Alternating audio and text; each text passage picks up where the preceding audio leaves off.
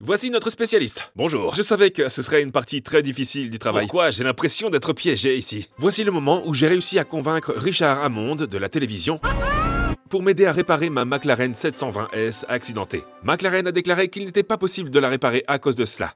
Après avoir acheté la voiture à Amsterdam, je l'ai conduite directement chez un spécialiste des réparations McLaren, qui m'a dit que McLaren ne m'autoriserait pas à réparer l'habitacle en carbone. Vous n'auriez pas le droit de faire ça aujourd'hui. En effet, il est constitué d'une seule trame, et une réparation de cette taille rendrait la voiture dangereuse en cas d'accident.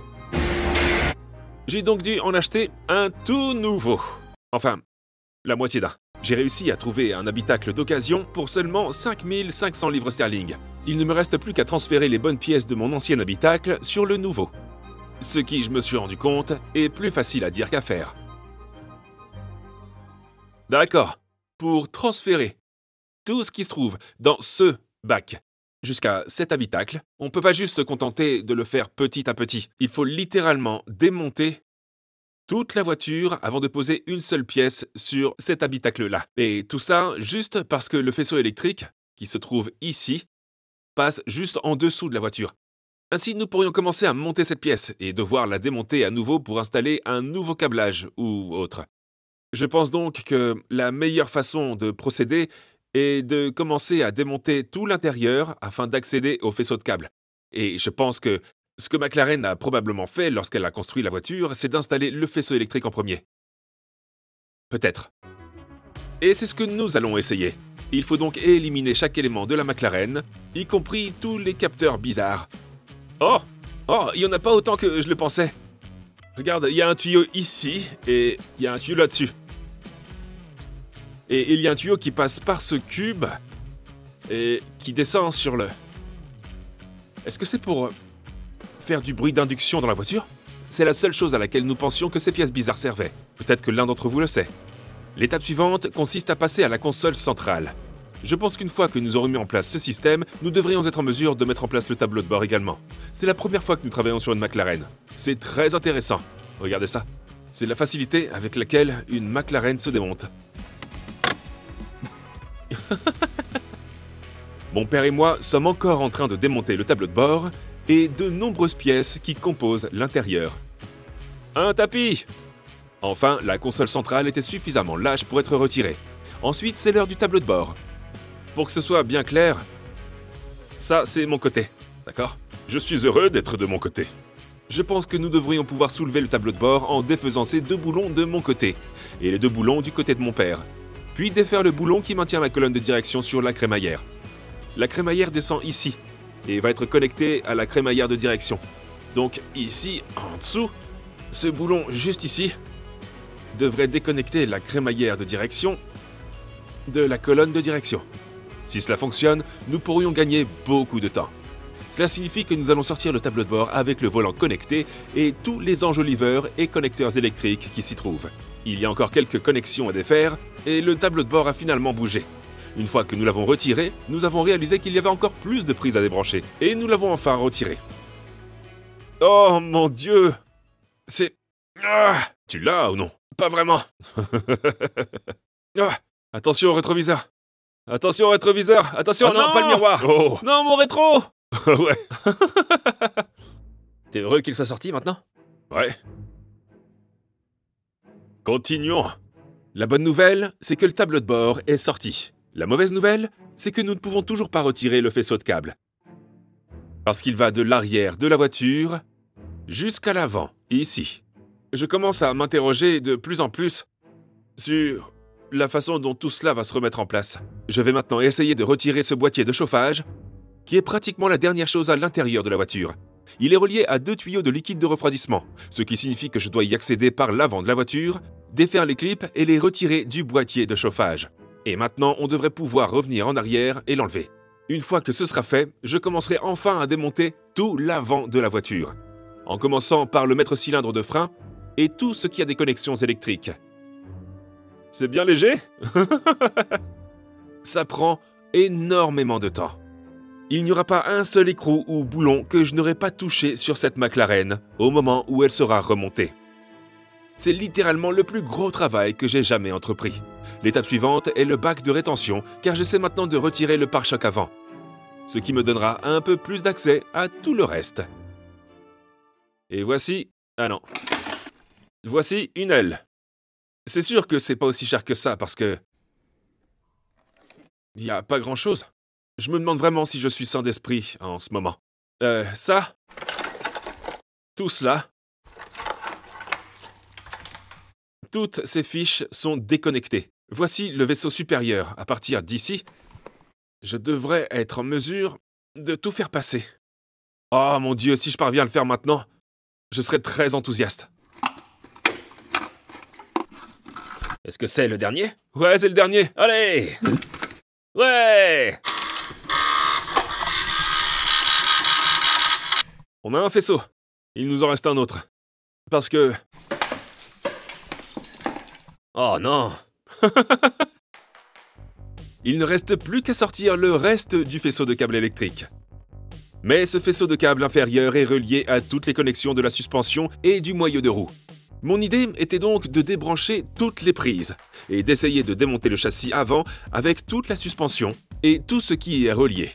De cette façon, on aurait moins de travail à faire pour raccorder le tout à l'autre bac. Je suis donc en train de défaire tous les boulons qui relient le châssis à la coque et les triangles qui sont également boulonnés au châssis de la voiture. Il ne devrait pas y avoir grand-chose d'autre qui relie le châssis avant à la voiture. Seulement les conduites de frein ici. Ensuite, mon père et moi pouvons abaisser le châssis avant sur une paire de crics. Cela devrait nous donner beaucoup plus d'accès. Ouais, c'est comme le châssis d'une Porsche. Le châssis avant est démonté, ainsi que toute la suspension. Il y a encore un faisceau de câble attaché à la voiture, que nous devons faire passer par ce trou, et l'objectif principal était de sortir ce boîtier de chauffage. Mais il est toujours pas sorti. Je suis désolé pour tous ceux qui ont une McLaren et qui pourraient avoir besoin de démonter ce boîtier de chauffage à un moment ou à un autre. Je vous souhaite vraiment bonne chance parce qu'il y a beaucoup de choses à enlever. Pendant que je suis sous la voiture, je pourrais tout aussi bien enlever ce dessous de caisse et je peux maintenant voir les tuyaux qui passent par le boîtier de chauffage. Ils sont maintenus par un boulon qui se trouve juste en dessous, à l'un des endroits les plus difficiles d'accès qui soit. Mais lorsque le châssis est démonté, il est un peu plus facile d'y accéder. Et une fois que j'aurai desserré ce boulon, je devrais pouvoir retirer le boîtier de chauffage de la voiture. Je peux maintenant accéder à tout le faisceau de câble inférieur, déconnecter les points de fixation et le faire passer par le trou pour le ramener à l'intérieur de l'habitacle. Et j'espère qu'après cela, ce sera tout. Il ne reste plus de fil à l'avant. Et tout ça, c'est une excellente nouvelle. La mauvaise nouvelle, c'est qu'ils sont tous dans la voiture. Et pire encore, tous ces fils, tout ce faisceau de câbles, vont jusqu'au cadre arrière.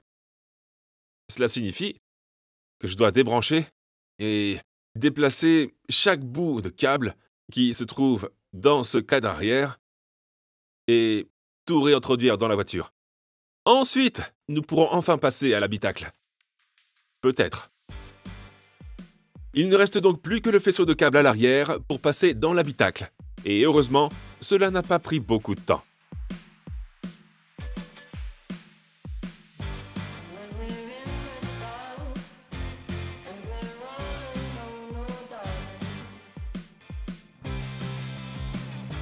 Je pense que nous devrions maintenant commencer à travailler sur le nouvel habitacle.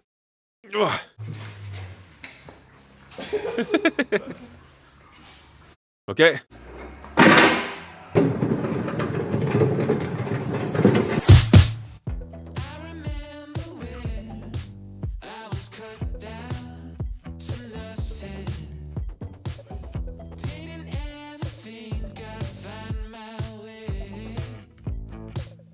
Les gars de Screensaver sont donc ici pour retirer l'écran du nouvel habitacle parce que nous pensons qu'il sera beaucoup plus facile d'installer le tableau de bord et tout le reste sans l'écran et que cet écran est endommagé de toute façon. Mais c'est littéralement l'extrême de la reconstruction automobile aujourd'hui. Pouvez-vous imaginer que vous achetiez cette voiture sans savoir qu'elle a subi tous ces traumatismes et tous ces dégâts? Je pense que vous seriez très contrarié. Mais heureusement, nous avons Car Vertical pour ça. Avec Car Vertical, vous pouvez consulter l'historique d'une voiture en cliquant simplement sur un bouton. Une fois que vous avez saisi votre numéro VIN, vous obtenez un contrôle qui ressemble à ceci. Tout semble aller pour le mieux pour cette Mercedes classe E, si ce n'est qu'un voyant orange indique qu'elle a été endommagée.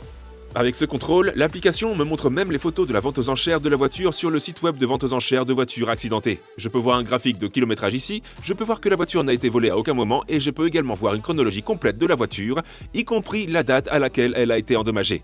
Et il semble que Kevin ait découvert une partie de l'histoire cachée de la McLaren. Oh, il y a comme un nid là-dedans. Oh mon Dieu, il y en a un. Il y a un nid. Et tout comme Kevin a flairé un nid dans l'habitacle de la McLaren, Car Vertical peut clairer les antécédents douteux de votre voiture.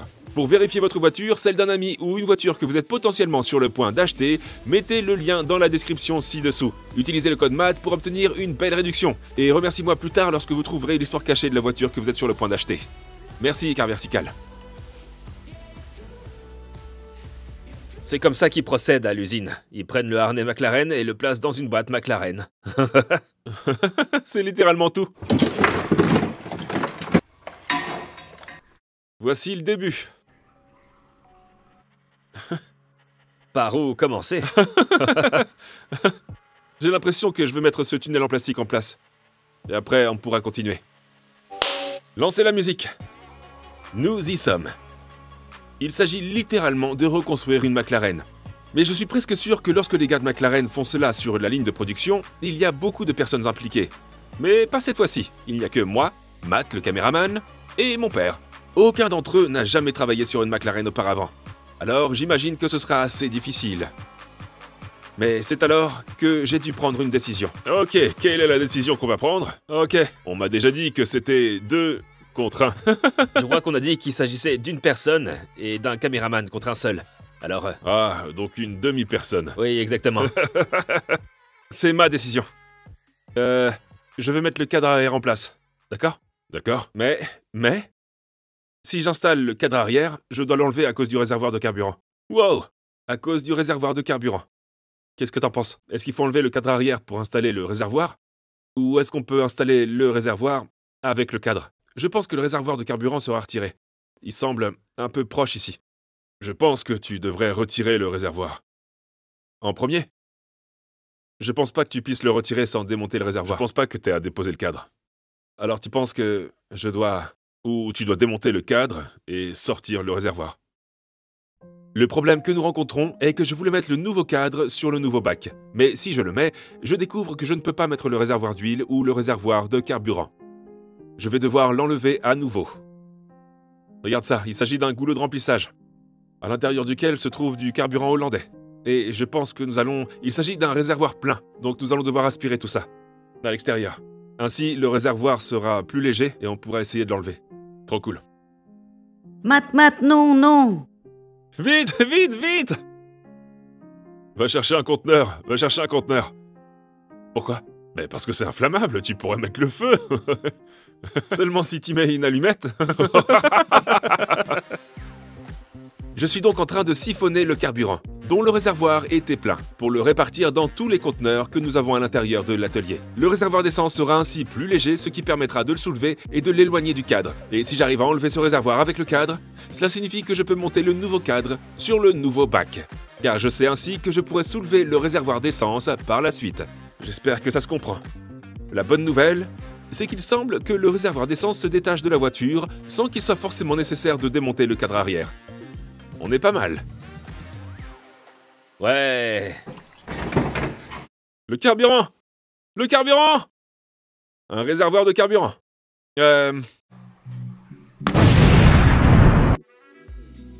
Une fois le réservoir enlevé, je peux maintenant installer en toute confiance le nouveau cadre arrière sur le nouvel habitacle.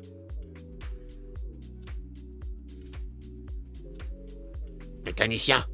Le nouveau cadre arrière coûtait 2000 livres sterling. Ainsi, à l'heure actuelle, avec la McLaren à 60 000 livres et la nouvelle coque et le nouveau cadre à 7500 livres sterling, nous avons donc une McLaren 720S plutôt bon marché. Mais nous avons encore un long chemin à parcourir. Et avec le cadre arrière boulonné, je peux maintenant commencer à installer tout le câblage dans la voiture. Et c'était plus facile que je ne le pensais. Vous pouvez voir ici, en grande partie marqué en couleur, l'étiquette verte sur le fil qui va à l'étiquette verte sur la bande de terre, le jaune sur la partie jaune, et ainsi de suite. Et heureusement, parce que je venais juste de retirer tout cela, c'était encore frais dans mon esprit. Mais plus je l'abandonne, plus j'oublie tout ce genre de petits détails. Je veux donc faire cela aussi vite que possible.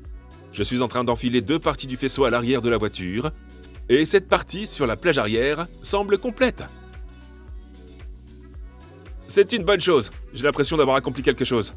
Maintenant, on passe à l'arrière. Il n'y a qu'une seule façon pour ce faisceau de câbles de s'enraciner dans le compartiment moteur. Et si je me trompe, cela pourrait signifier que certains des connecteurs n'atteindront pas des endroits où ils sont censés aller.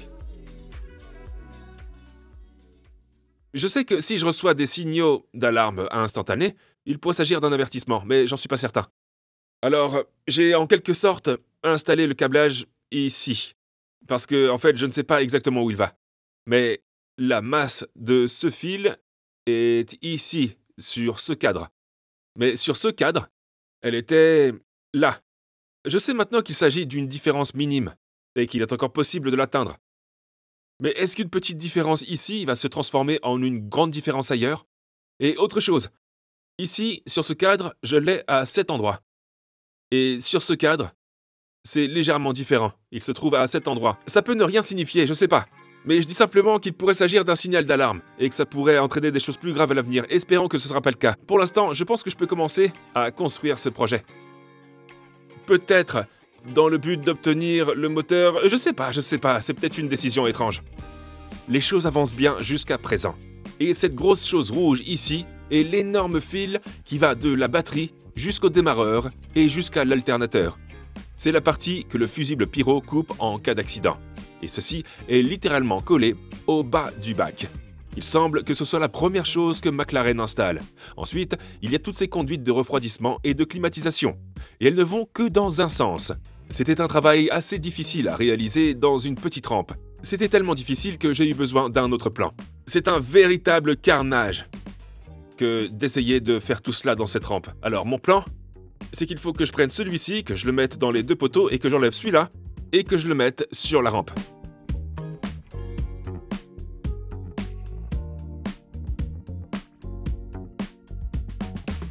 D'accord, ouais. Quelque chose comme ça, ouais.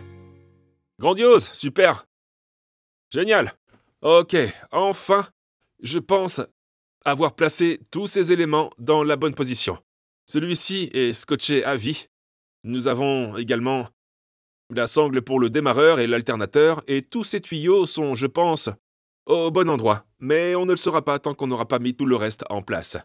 Et si je mets tout le reste et que je découvre qu'ils sont au mauvais endroit, je ne peux pas y faire grand-chose maintenant. Mais ils descendent tous jusqu'à l'avant et sortent d'ici. Donc c'est une bonne chose. La prochaine chose à faire est le réservoir d'huile qui se trouve à peu près à cet endroit. Et puis nous faisons des progrès assez décents, donc je pense que le réservoir de pétrole est la prochaine chose à faire sur la liste. Nous commençons vraiment à voir les progrès maintenant. Et il est tellement satisfaisant de commencer à monter une voiture plutôt que de la démonter. Je pense que tout cela pourrait être fait en un rien de temps, en quelque sorte. Le réservoir d'huile est en place. La prochaine chose à faire est l'essence. Avec le réservoir d'essence. Et ensuite, nous pourrons littéralement mettre le moteur en place. Et le travail suivant requiert un spécialiste. Je ne peux pas le faire tout seul, alors on va devoir littéralement l'enlever, le mettre sur une remorque et l'emmener chez le spécialiste, car il s'agit d'un travail très important.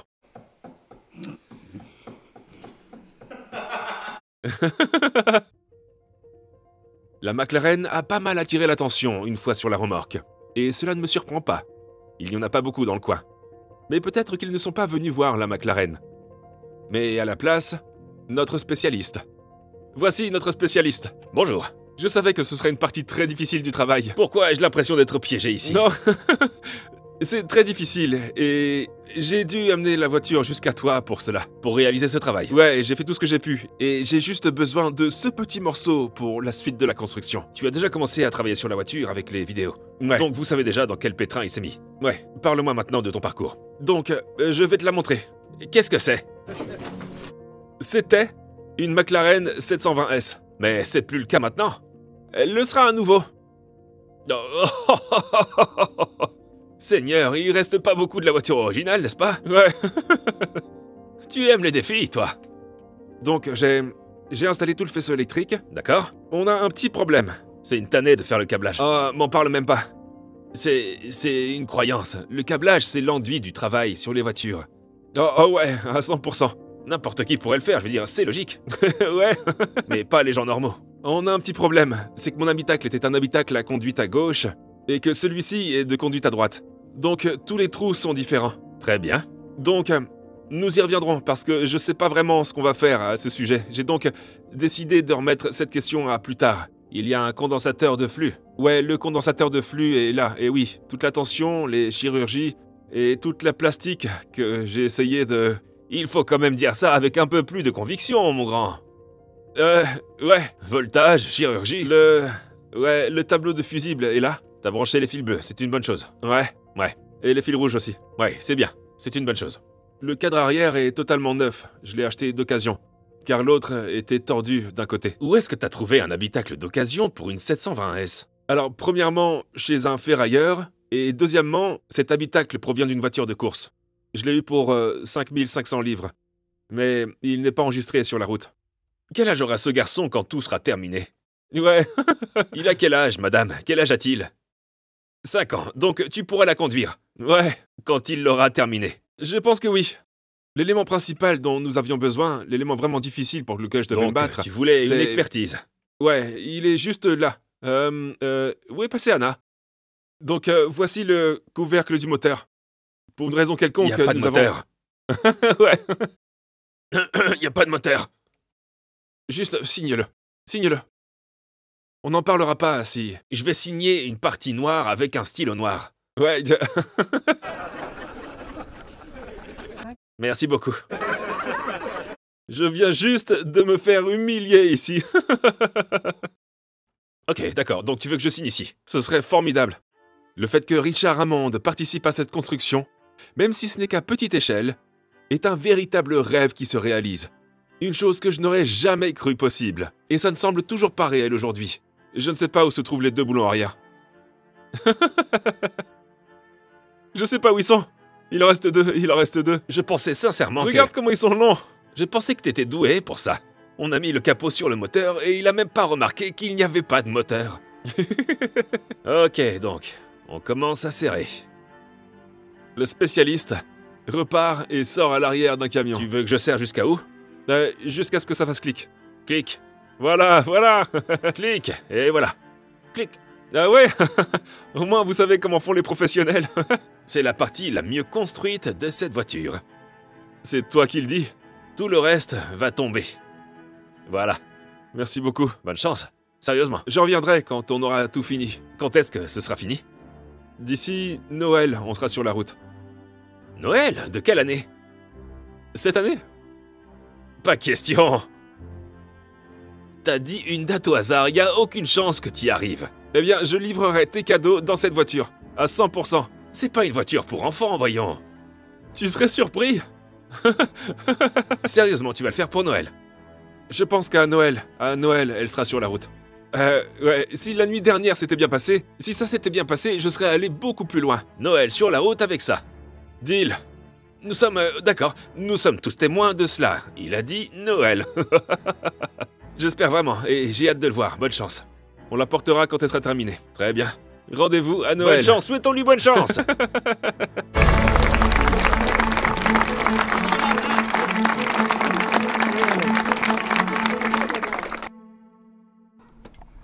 C'était vraiment génial. Merci beaucoup d'avoir regardé cette vidéo. Si vous l'avez appréciée, abonnez-vous et donnez-moi un like et je vous donne rendez-vous dans la prochaine vidéo. Peace out. like a drug that I just can't deny.